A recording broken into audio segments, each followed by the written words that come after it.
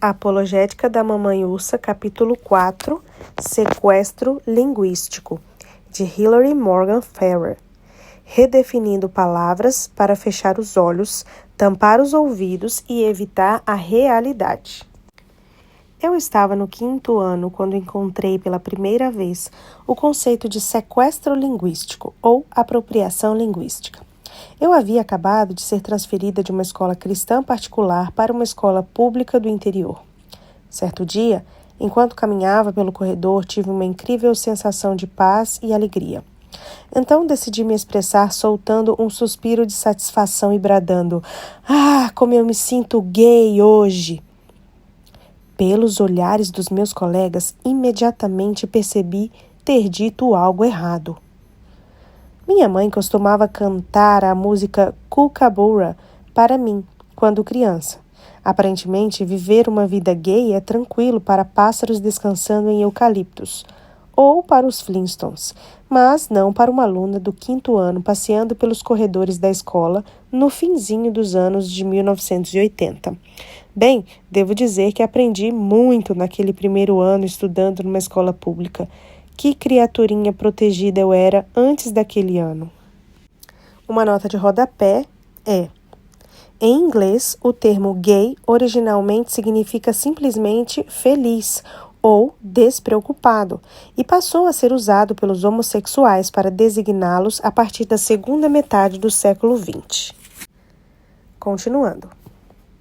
O sequestro linguístico é muito mais ameaçador do que uma simples evolução da língua. Essa apropriação linguística refere-se ao sequestro proposital de palavras, termos, usos de vocabulário e expressões, alternando suas definições e, em seguida, usando-os como ferramentas de propaganda. Claro, não se trata de uma técnica nova, e sim de uma forma especialmente virulenta da falácia do equívoco. Mas é extrema e especialmente prevalente hoje em dia. Não só palavras em geral são empregadas na promoção das mentiras desmascaradas neste livro, como também foram sequestrados terminologias, virtudes e conceitos cristãos. Tenho visto com certa frequência a queda de cristãos nessas exigências perigosas. Perdemos a palavra gay, mas tudo bem porque temos outras palavras para feliz. Também temos perdido outros termos muito preciosos como casamento, amor, ódio, igualdade, justiça, masculino, feminino, tolerância, intolerância, opressão, guerra e crise. Essas e outras palavras estão sob cerco e se quisermos que nossos filhos entendam as escrituras corretamente, não podemos cedê-las sem luta. Quem se importa com terminologia? Afinal, palavras não passam de construção social, certo? Errado. Palavras importam, e muito. Nas palavras da apologeta Holly Wardway, uma vez que a linguagem é rotineira e deliberadamente distorcida, torna-se cada vez mais fácil justificar e promover o mal, mesmo enquanto se esconde atrás de palavras positivas. De fato, palavras são tão importantes que João 1 usa o termo grego logos para descrever o próprio Jesus, abre aspas. No princípio era a palavra, e a palavra estava com Deus, e a palavra era Deus. E a palavra se fez carne e habitou entre nós. Versos 1-14. Versão King James, 16:11, ênfase minha. Refletindo melhor nisso, percebo que a guerra contra palavras é essencialmente a mesma que a guerra contra Deus. A cultura pós-moderna tenta moldar a realidade do Criador em uma realidade aprovada por este mundo, uma que se encaixe em suas definições de amor, tolerância, etc. É uma nova versão de idolatria. Essas pessoas não se curvam diante de um ídolo palpável, mas se prostram perante um Jesus moldado segundo as suas próprias concepções. Em especial nós, pais, mães, responsáveis e cuidadores, precisamos nos conscientizar do uso corrente das palavras. Eu posso, por exemplo, ensinar meus filhos a amarem a Deus, o próximo e seus inimigos. Mas o que devo fazer quando o conceito de amor é substituído pela ideia de um suposto conforto emocional? Hoje em dia, muitos consideram falta de amor e, portanto, um ato de inimizade tudo aquilo que deixa outra pessoa desconfortável ou ofendida. O Salmo 10, 18 exalta Deus como aquele que faz justiça aos oprimidos. Assim, de que forma nossos filhos terão de agir ou o que eles pensarão diante de uma sociedade que considera opressivo o combate ao pecado? De acordo com a definição atual das coisas, a, abre aspas, defesa aos oprimidos, fecha aspas, agora requer a aceitação do pecado. Temos presenciado um desmanche do tecido moral mais básico da sociedade, mesmo enquanto conversamos, e tudo está sendo feito por meio de uma engenhosa redefinição de termos ou conceitos já estabelecidos pelas Escrituras. Como funciona o sequestro linguístico? Neste capítulo, veremos alguns dos termos mais distorcidos e de que maneira cada uma dessas palavras foi sequestrada para transmitir conceitos e agendas deliberadamente antibíblicos. Em capítulos posteriores, identificaremos terminologias e vocabulários sequestrados por este mundo, a fim de estarmos sempre vigilantes. Por vezes, são conceitos travestidos de ideias brandas, equilibradas, mas envoltas de princípios seculares e transmitidas com uma aparência de princípios cristãos. Antes, porém, de prosseguirmos, convém entendermos melhor o motivo de tamanha disputa por palavras e de que forma a redefinição de termos e conceitos tem sido utilizada como artifício de conquista e negação da realidade. A seguir, explico a eficácia do sequestro linguístico. 1. O sequestro linguístico interrompe uma discussão em curso. Certas escolhas de palavras são usadas estrategicamente para interromper um diálogo, apelando ao senso inato de certo e errado do ser humano. Toda forma de abuso é errada. O amor está sempre certo. Odiar é errado. A verdade é subjetiva. A tolerância é boa. A intolerância, má.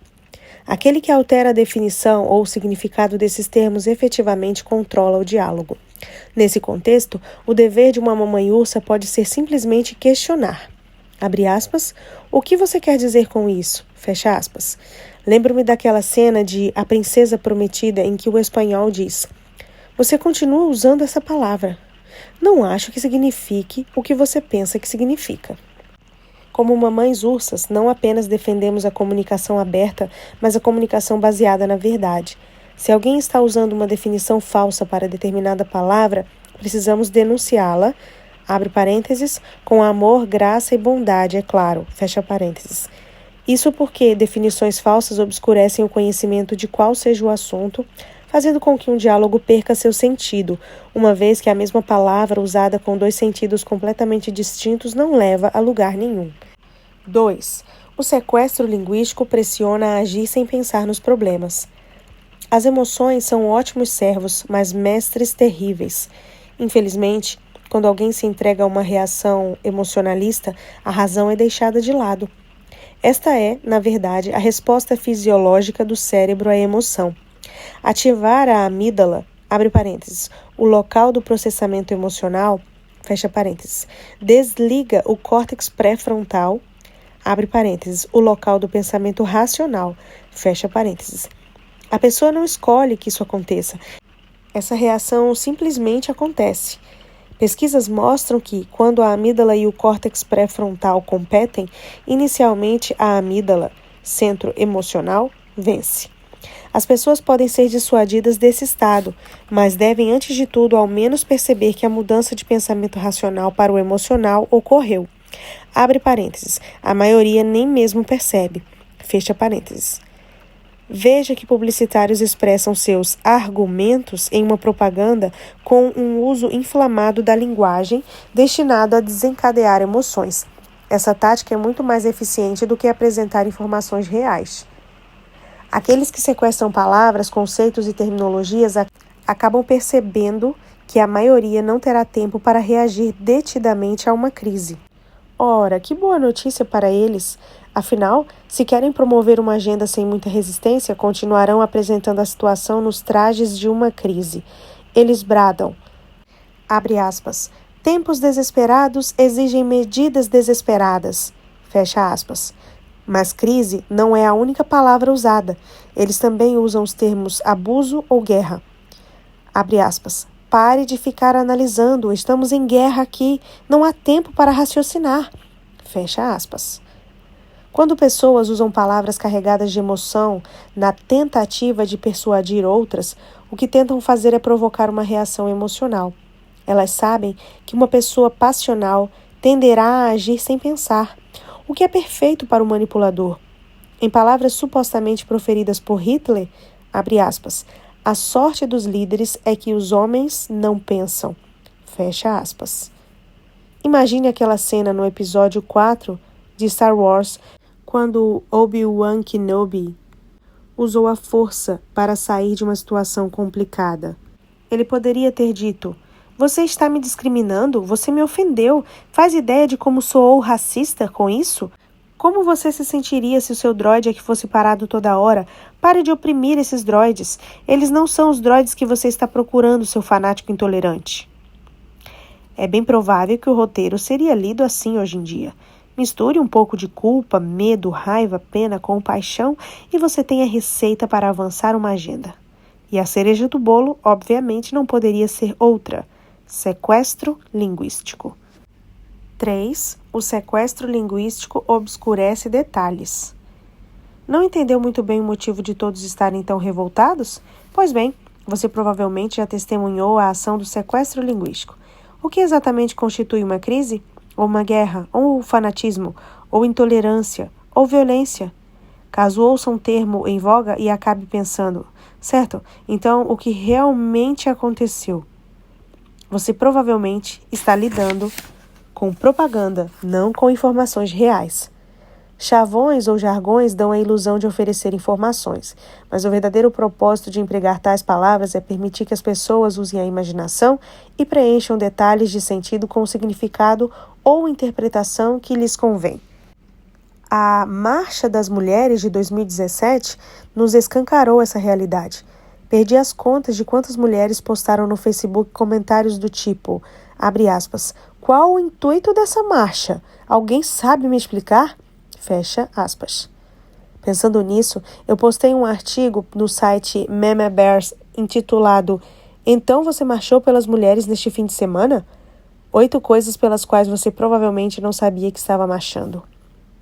O artigo causou certo tumulto, mas tudo o que fiz foi abrir a cortina e expor a verdadeira agenda daquela marcha, declarada no próprio site dos organizadores. Abre parênteses. Com o tempo, aprendi que os sequestradores de palavras não gostam quando você preenche lacunas de sentido e significado com verdadeira informação. Fecha parênteses. 4. O sequestro linguístico difama o ponto de vista opositor. Infelizmente, pessoas de todos os lados de uma discussão fazem isso. Todo mundo quer dizer que está ao lado do bem, mas algumas pessoas não entregarão um discurso direto e claro. Por exemplo, acredito que poucos ficariam em uma esquina com um cartaz declarando abertamente, abre aspas, todo mundo deve ter o direito de fazer sexo com quem quiser, independente do gênero, idade, parentesco ou número de participantes, fecha aspas.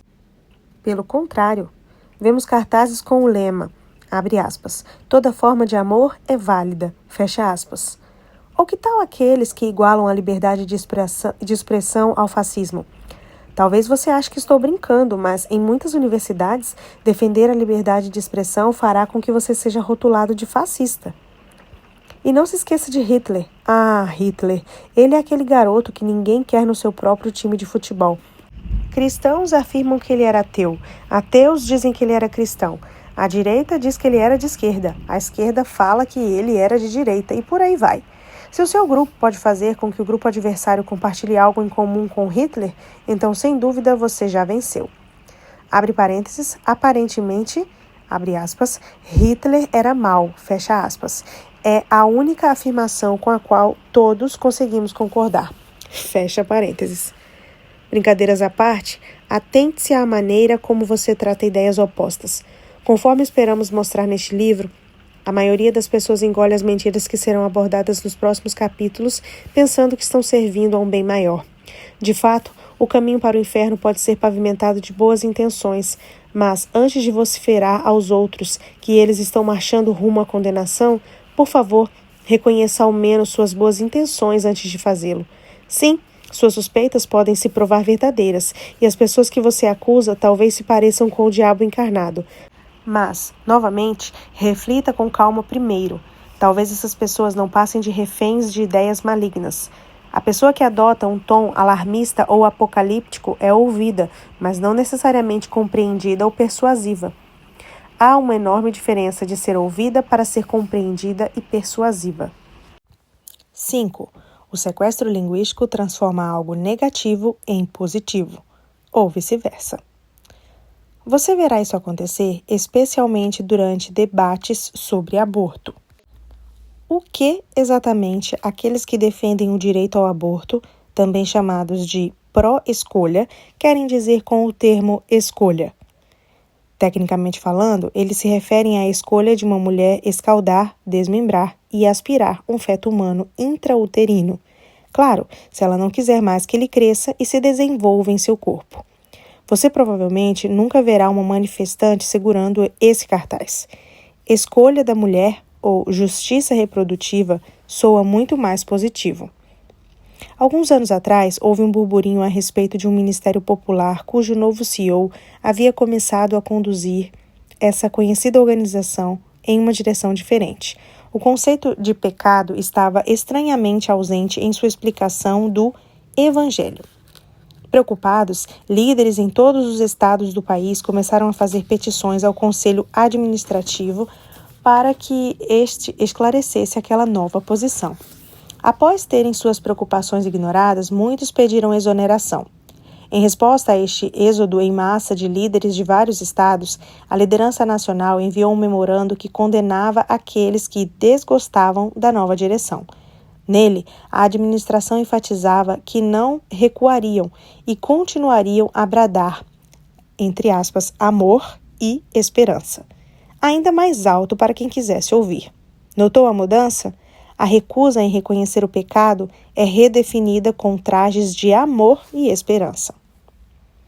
Palavras feitas reféns. Agora que abordamos formas de identificar quando alguém está se envolvendo com o sequestro linguístico, vamos tratar de algumas das palavras mais alvejadas. Amor. Esta pequena palavra é a favorita de todas. Todo mundo ama o amor desde que consiga defini-lo. Acredito que parte da batalha foi perdida quando nossa língua passou a utilizar um só termo para expressar um conceito com tantos significados. No grego antigo, existem 4 tipos de amor: filéu, amor fraternal; eros, amor sexual; ágape, amor incondicional; e storge, afeição natural e instintiva, como o amor de um pai para um filho. O amor costumava ser definido como, abre aspas, querer o bem do outro, fecha aspas. Abre parênteses. Claro, isso também é problemático, sendo que nem todos concordam com a definição ou conceito do termo bem, ou com o significado do que é ou não é bom, ou que esse bem existe além de nossas próprias opiniões. Fecha parênteses. Hoje em dia, qualquer coisa que deixe alguém desconfortável é considerado falta de amor. Atualmente, amar alguém significa aceitar cegamente o que essa pessoa acredita, mesmo que sua crença contradiga a realidade. Porque Deus é amor, eu prefiro que ele defina a si mesmo. Um dos pontos mais negligenciados em 1 Coríntios 13, também conhecido como capítulo do amor, é que o amor, abre aspas, não se alegra com a injustiça, mas regozija-se com a verdade, fecha aspas, versículo 6. Caso seus filhos acabem questionando se estão ou não sendo fiéis ao amor, direcione-os à verdade. Ou seja, isso significa que eles precisam saber o que é a verdade. Verdade. Já percebeu qual é a expressão que tem feito sucesso? Dica: o pronome possessivo vai ao lado da palavra verdade. Abre parênteses, lembra-se das regras gramaticais do 7º ano? Fecha parênteses. Deixamos de lidar com a verdade. Não, o conceito de verdade é limitado demais.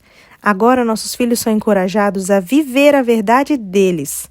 Esta é a minha verdade. Somos autênticos à nossa verdade. Antes de tudo, chega a ser difícil de expressar quão perigosa é essa mentira. Quando uma sociedade mexe com a definição de verdade, ela manipula a própria base da realidade que circunda nossos filhos. E, se ficarem desconfortáveis usando a realidade como árbitro da verdade, eles se sentirão inseguros e tímidos quanto a defender qualquer convicção. Hoje, a verdade fica à escolha do freguês, seja qual for a cosmovisão em voga, e ninguém pode nem sequer questionar isso. Afinal, questionar é falta de amor, além de preconceito e intolerância. Mesmo a ciência é ignorada, caso contradiga o paradigma da tolerância. Tolerância. Agora chegamos a um problemão. Quando digo problemão, quero dizer que os alunos da Universidade de Wisconsin-Madison prefeririam concordar que um entrevistador branco de estatura mediana era, na verdade, uma mulher chinesa com 1,80 m de altura a serem acusados de intolerância. Não estou brincando, há um vídeo que documenta isso. A palavra tolerância deixou de significar viver pacificamente com pessoas de diferentes crenças para hoje defender que todas as crenças, por mais falsas que sejam, devem ser tratadas com igual legitimidade. A tolerância, abre parênteses, como o politicamente correto, fecha parênteses, começou como uma boa ideia em resposta a uma crítica válida da cultura. Antes, claro, que o termo fosse sequestrado e perdesse o controle. O conceito de tolerância é bíblico. Romanos 14 é um capítulo dedicado à tolerância dentro da comunidade cristã em relação a convicções quanto a comer ou não carne sacrificada a ídolos e outros assuntos controversos. A tolerância está implícita em muitos versículos que encorajam a unidade da igreja. Salmo 133, 1, João 17, 23, 1 Coríntios 1, 10, Efésios 4, 3, Colossenses 3, 13 e 14, 1 Pedro 3, 8. Felizmente, dicionários ainda não foram reescritos. No Michaelis, tolerância traz a seguinte acepção. Abre aspas. Atitude liberal de quem reconhece aos outros o direito de manifestar opiniões ou revelar condutas diferentes das suas ou até diametralmente opostas a elas. Fecha aspas. Ou seja, de acordo com a definição real do termo, para que exista tolerância deve haver 1. Desagrado ou 2. Desacordo. Eu dificilmente conseguiria enfatizar com suficiente vigor a importância de constantemente repetir essa verdade para os seus filhos. Sempre que vocês ouvirem alguém falando de intolerância, pergunte aos seus filhos. Abre aspas. As pessoas com esse discurso estão pedindo que todos aceitem suas crenças como igualmente verdadeiras ou que vivam com elas em paz, apesar do desacordo? Fecha aspas. A tolerância foi essencialmente relegada a uma posição de neutralidade, em que a pessoa é proibida de expressar fortes convicções sobre qualquer coisa. A única convicção mais forte que uma pessoa pode ter é dizer que todos estão igualmente certos. Ouse afirmar que alguém está errado e torne-se automaticamente intolerante. Não permita que os seus filhos sejam intimidados ao silêncio. Não seja conivente com essa falsa definição de tolerância. Ensine seu filho a definir com benevolência esse termo e, sem abandonar aquilo que ele acredita, a coexistir respeitosamente com pessoas de diferentes posições ou crenças. O exemplo começa em casa. Normalmente, os pais conseguem ter mais oportunidade de ensinar o conceito de tolerância quando têm mais de um filho. Basta pensar em quantas vezes irmãos discordam ou discutem. Pais precisam lembrá-los da definição de tolerar e, em seguida, fazê-los praticar a tolerância com seu irmão ou sua irmã. Justiça e igualdade. A menos que você seja um ludita vivendo à parte da sociedade, provavelmente já viu ou ouviu pela mídia alguém falando de justiça e igualdade. A cada esquina, há algum grupo exigindo justiça diante de alguma desigualdade. Hoje em dia, todo problema social é definido em termos de justiça e igualdade. Quer redefinir o casamento? Lute pela igualdade no casamento. Quer organizar uma marcha das mulheres? Lute pela justiça de gênero. Pessoas recebem salários diferentes? Injustiça socioeconômica. Aliás, se alguém disser alguma coisa contra qualquer um desses movimentos, deve ser porque está contente com a injustiça e a desigualdade.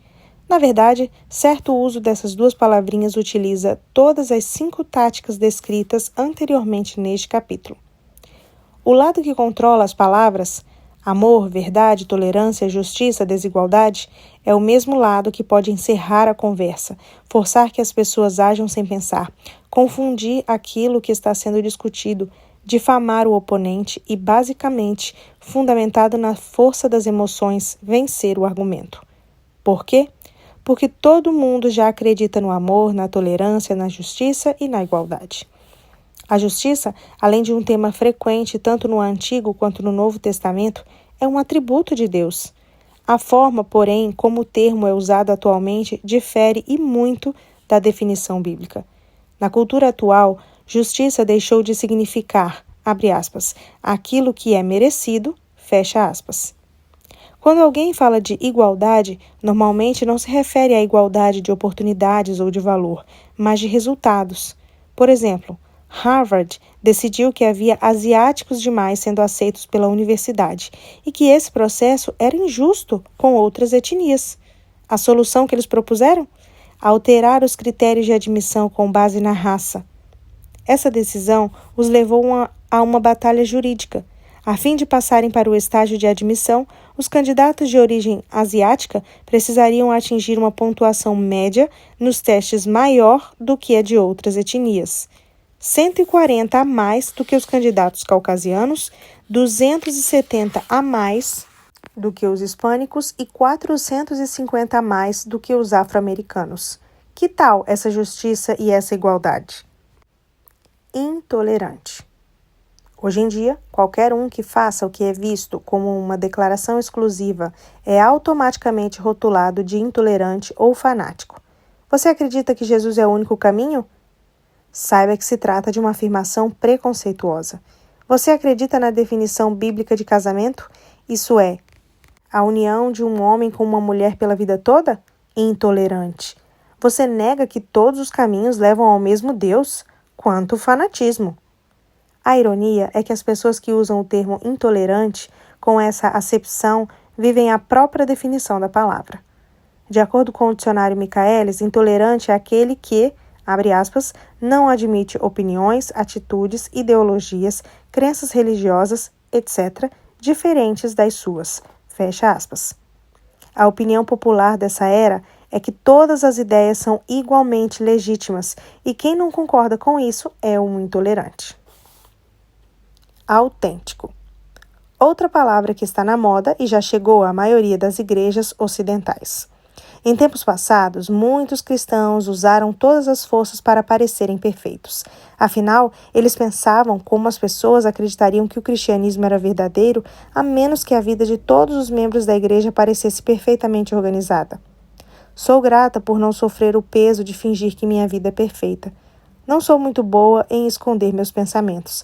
Minha família já sabe que, se minha boca não manifestar com palavras, meu rosto o fará com expressões. Para minha sorte, não consigo fingir uma cara cristã. E essa incapacidade funciona a meu favor, uma vez que a perfeição deixou de ser considerada a evidência primária de uma fé em crescimento. Não, admitir abertamente imperfeições está na moda agora. Oba! Uma das habilidades mais encantadoras do ser humano é a capacidade de criar um ídolo a partir de qualquer coisa. Atualmente, um dos ídolos mais populares é esse conceito abstrato, abre parênteses, e muitas vezes enganador ou falso, fecha parênteses, de autenticidade. Muitos dizem que a autenticidade é o objetivo mais supremo a que alguém pode aspirar e alegar abertamente que, abre aspas, está tudo sob controle, fecha aspas. Logo despertará a preocupação de amigos questionando se deveriam planejar uma intervenção para você. Mas o que eu quero dizer com tudo isso? Que é ruim ser uma pessoa autêntica? Devemos voltar aos dias em que muitos cristãos encobriam suas imperfeições e ansiar pelo inverno do desgosto, durante o qual não se pode ser honesto com ninguém em relação a lutas pessoais e internas? De jeito nenhum. Precisamos, contudo, perceber que também o termo autenticidade foi sequestrado. Num contexto cristão, a autenticidade costumava ser encorajada com o intuito de que pessoas admitissem sua própria pecaminosidade, experimentassem convicção, abre parênteses, em oposição à vergonha e ao senso de condenação, fecha parênteses, e expressassem amor mútuo apesar de falhas e erros. Todo cristão tem o dever de trabalhar por sua própria santificação e santidade, mantendo-se humilde diante do entendimento de que Cristo é infinitamente superior. Essa é a posição bíblica. Rufam os tambores. Então, entra em cena a autenticidade pregada hoje em dia, que, na verdade, não passa de um cavalo de Troia para a rebelião. A definição moderna e mais popular diz, abre aspas, você é perfeita do jeito que é.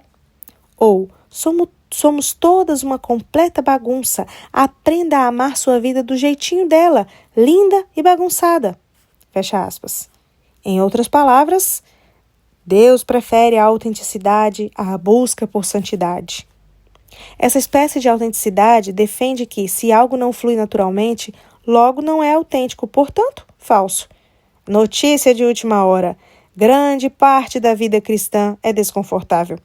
E se Jesus tivesse dito o seguinte, abre aspas, sabe, não me sinto no clima de ser crucificado hoje, não me parece o momento certo. Basta que eu seja autêntico com todos vocês, sem fingir ser alguém que não sou agora como um salvador. Grato pela compreensão. Fecha aspas. Graças a Deus, Jesus não fez isso. É correto usar a palavra autenticidade para descrever alguém que não esconde suas lutas e não para se referir àqueles que se entregam à apatia espiritual ou à aceitação aberta do pecado. Este tipo não passa de rebeldia envolta com uma terminologia cristã. Em 1 Coríntios 5, Paulo faz esse alerta, pois toda uma igreja estava tão orgulhosa da graça de Deus que exultava no ato de pecar. A autenticidade saudável termina onde começa a tolerância ao pecado, o que é doentio. Se você não é perfeita, não finja ser. Todavia, mesmo imperfeita, não tenha prazer na imperfeição.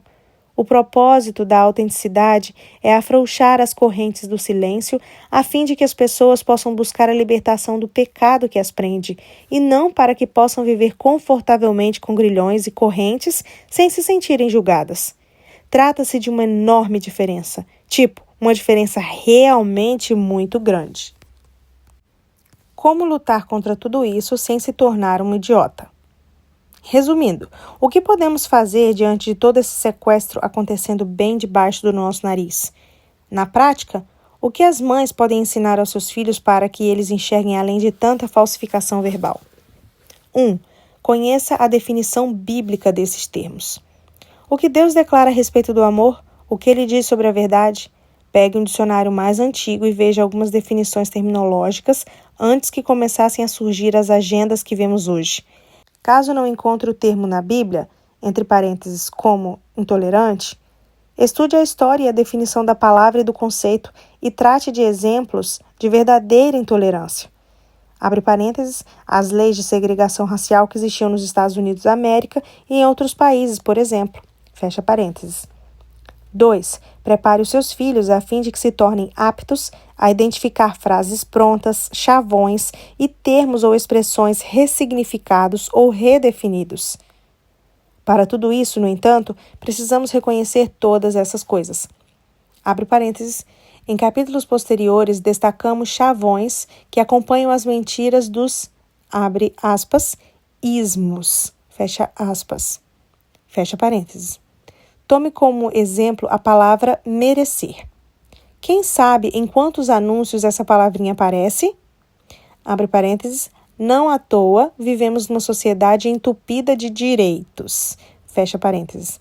Quando sair com seus amigos e vir um anúncio de que alguém merece algo, abre parênteses, uma casa nova, um conjunto melhor de raquetes, etc. Fecha parênteses. Pergunte a eles, abre aspas, e se alguém der um cuecão numa criança deficiente, você acha que essa pessoa merece isso ou aquilo? O que a Bíblia afirma que merecemos? Fecha aspas. Dica, Romanos 6, 23. 3. Reconheça quando você estiver com vergonha de declarar sua posição. Deixe-me ser clara.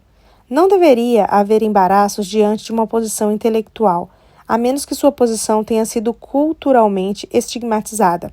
Comparações culturais como amor, ódio, tolerante, intolerante, preconceituoso, inclusivo, querem nos fazer engolir que nossos princípios bíblicos nos deixam numa posição pouco atraente. Não permita que isso aconteça. Quando um grupo reivindica para si o uso correto de um termo, o grupo oposto é, por consequência direta, acusado de fazer uso errado da palavra. Diante disso, por que não fazemos nada e nos deixamos ser sacos de pancada? Precisamos parar com isso. Filhas de Deus são chamadas a amar, mas o amor reconhece e confronta falsas definições.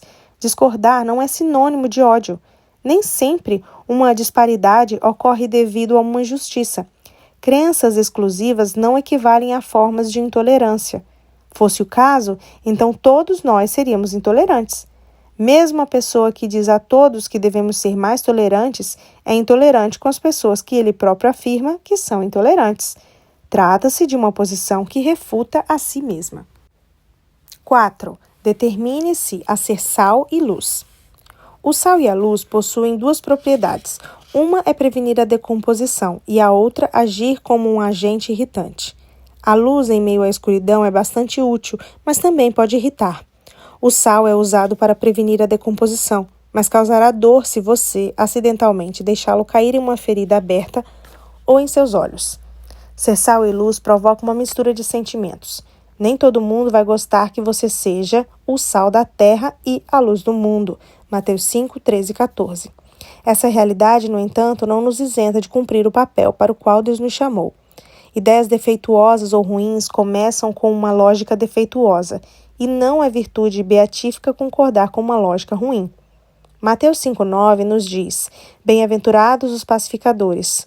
Não, bem-aventurados os pacifistas. Um pacifista não ajudará a remar no barco cuja paz é superficial, baseada no silêncio diante do mal e da destruição. Já o pacificador é aquele que, colocando todos no mesmo barco, cria a paz. Não conseguiremos criá-la sem passarmos por algumas ondas mais ferozes, tampouco sem combater uma lógica defeituosa com a verdadeira lógica. Claro, não precisamos nos tornar um bando de arrogantes, mas, à medida que os problemas surgem, a posição mais sensata é abordá-los diretamente. Quem soltou as ursas? Agora que você já entendeu bem por que escrevemos este livro e compreendeu como ser uma mamãe ursa e o que significa ser uma mamãe ursa perspicaz e onde a batalha tem ganhado espaço, a saber, no campo das palavras, é hora de libertá-la. Nos próximos capítulos, discutiremos as mentiras mais populares da sociedade contemporânea, suas origens e como nós, mamães ursas, podemos rugir contra elas. É hora de arregaçar as mangas, endireitar a postura, deixar o semblante sério e rugir feito uma mamãe. Questões para revisão e meditação. 1. Quebra-gelo. Use de exemplo uma palavra que, hoje em dia, boa parte das pessoas usa incorretamente ou com uma acepção falsa. O que mais a incomoda nesse uso indevido e como você pode comunicar o correto sentido e significado desse termo. 2. Tema principal. Definições terminológicas são ressignificadas para que agendas se tornem mais apelativas ao público ou a fim de que consigam esconder suas reais intenções. De que forma você vê essa estratégia sendo empregada em nossa cultura e sociedade? E como tudo isso acaba afetando você? 3. Autoavaliação. Você já se pegou funcionando no automático e adotando redefinições e ressignificados da nossa cultura? Se sim, quais? Qual foi sua maior dificuldade para discernir a agenda por trás do modo como essas palavras têm sido usadas pela sociedade? 4. Brainstorm. De que forma você pode começar a ensinar aos seus filhos a definição verdadeira e bíblica de amor, verdade, tolerância, justiça, igualdade, intolerância e autenticidade? Caso esteja estudando este livro em grupo, peça a todas que escolham uma palavra e a estudem antes do próximo encontro, quando vocês compartilharão e explicarão o que a Escritura diz a respeito de cada um desses termos ou conceitos e como a definição bíblica difere do que a cultura prega. 5. Liberte sua ursa interior. Ao longo desta semana, ouça atentamente o que os seus filhos dizem. Que palavras eles já absorveram da cultura? Que significados precisam ser corrigidos na cabeça deles? Caso ouça algum deles fazendo uso de algum termo linguisticamente sequestrado, reserve um tempo para diálogo e meditação com seus filhos. Pergunte o que eles acham que esta ou aquela palavra significa e, se necessário, ensine e reforce a verdadeira definição dos termos. Tenho certeza de que você ficará maravilhada ao testemunhar uma transformação de perspectiva pela adoção da correta definição de uma palavra.